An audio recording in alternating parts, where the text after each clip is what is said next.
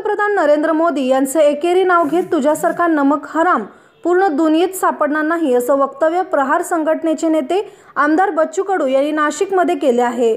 नाशिकच्या सिन्नर फाटावरील उपकृषी उत्पन्न बाजार समितीमध्ये बच्चू कडू यांच्या अध्यक्षतेखाली कांदा परिषदेचे आयोजन करण्यात आले होते।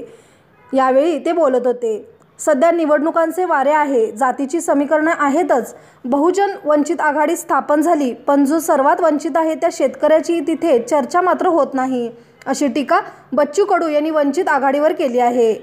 सरकार कोणाचेही असो, आम्ही मे महिन्यात कांदा जीवनावश्यक वस्तूमधून वगळावा या मागणीसाठी केंद्रीय कृषी मंत्र्यांना मोजके शेतकरी नेऊन घेराव घालणार आहोत, अशी माहिती त्यांनी दिली आहे। येत्या 2 दिवसात आम्ही आमच्या पदाधिकाऱ्यांची बैठक घेऊ आणि कांद्याच्या प्रश्नावर योग्य निर्णय घेऊ, असेही ते म्हणाले। नरेंद्र मोदी नंदुरबारच्या सभेत मागे एकदा बोलले होते की मी तुमचा कांदा खाल्ला आहे, त्यामुळे माझं सरकार आलं म्हणून मी तुमचं नुकसान होऊ देणार नाही, पण मोदीला आता आठवण करून द्यावी लागणार आहे, तुझ्यासारखा नमक हराम पूर्ण दुनियेत सापडणार नाही, अशा तीव्र शब्दात त्यांनी मोदींवर टीका केली आहे।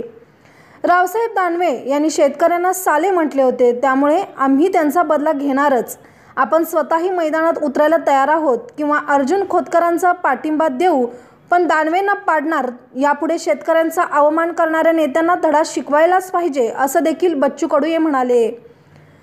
परिषद आटोपताच बच्चू कडू यांना स्टेजवर निवेदने देण्यासाठी शेतकऱ्यांची गर्दी झाल्याने स्टेजचा काही भाग तुटल्याची घटना मात्र यावेळेला घडली, मात्र सुदैवाने यामध्ये कोणीही जखमी झाले नाही।